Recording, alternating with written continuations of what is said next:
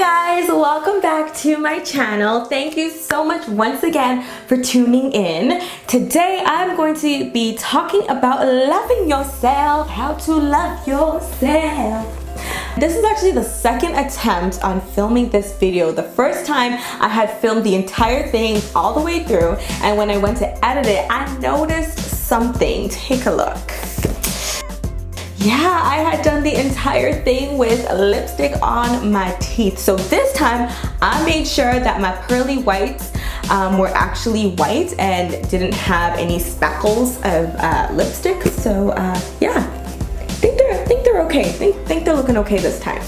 I don't know, maybe a couple years ago I probably wouldn't have shown you that clip, but today I figure, why not? Who cares? I mean, we're in a culture where everybody's highlight reel is constantly on display. Facebook, Instagram, Snapchat, whatever, right? How often do you get to look at the behind the scenes? Well, that's my behind the scenes, and you can see it's not always glamorous. Actually, right now, I don't even know if it's glamorous, but you know what?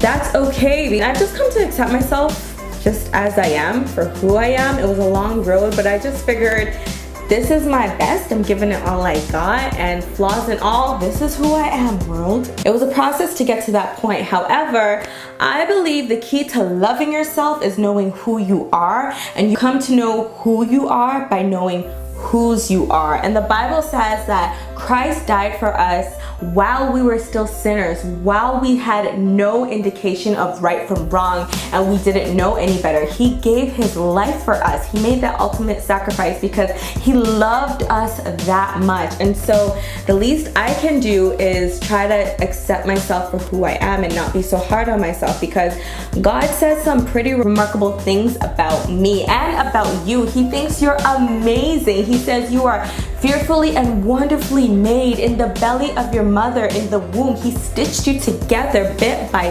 bit and made sure that you came out to be who you are today. All the hairs on your head, he knows the number. He says if he can take care of the flowers in the field and the birds that fly in the air, how much more does he have his eye on you?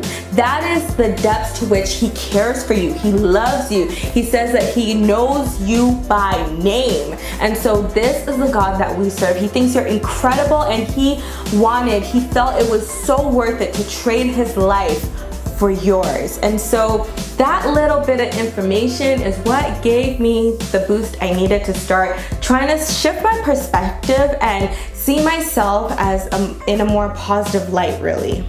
So if we think of God as a manufacturer, he is the one who created us, right? They're the ones that took the time to engineer it carefully. They know the specifications down to all the inner workings and the details. They know their product. I mean, if something goes off track with your Kia, you're not going to take it to a Mercedes manufacturer to try to figure it out, right? You're gonna go to the original manufacturer of that product. And since we are the product of God's workmanship, why wouldn't we go to him to find out what's gonna maximize the potential of who we are, to unwrap that package and figure out the talents and the gifts that he's deposited within us. You know, we're relational beings. We want approval from other people. We want to feel loved. We want to feel embraced. We want to feel celebrated and accepted.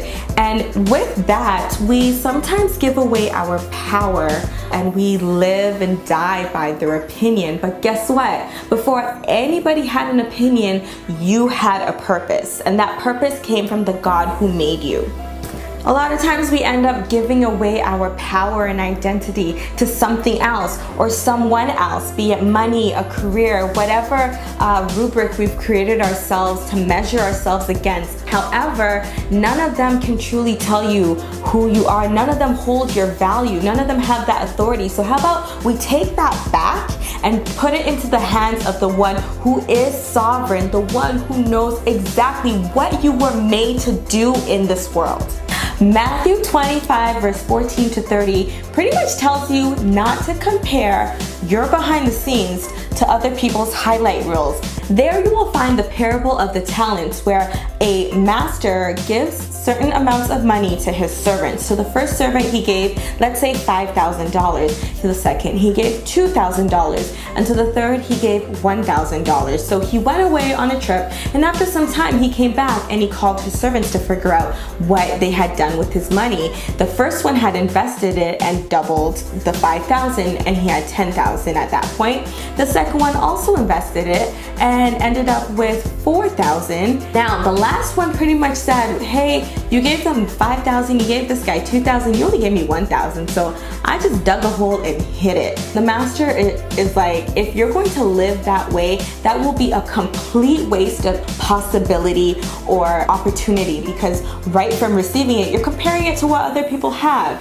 Does that sound familiar? Are you looking at what you have and looking at this person over here and that person over there and the Joneses over there and be like, hey, but then you look back at what you have and be like, oh, I wish I had more. This isn't quite enough. Well, guess what? God knows why He's given you what you have. It is for a specific purpose. And going back to my manufacturer metaphor, if you're not sure what to do with what you've got, or if you don't think you've got anything, go back to the one who created you. He is the one with the infinite knowledge, and He will be able to direct you on what to do with what He's given you, because you have been given according to who you are and your potential. Nobody else knows the future, but He knows what exactly you can accomplish with these two hands right here. And He knows that you are the perfect person to shepherd and to nurture what He's given you into something beautiful. How about if I told you that there might be 500 people waiting for you to step into your gifts, to embrace what you have, to embrace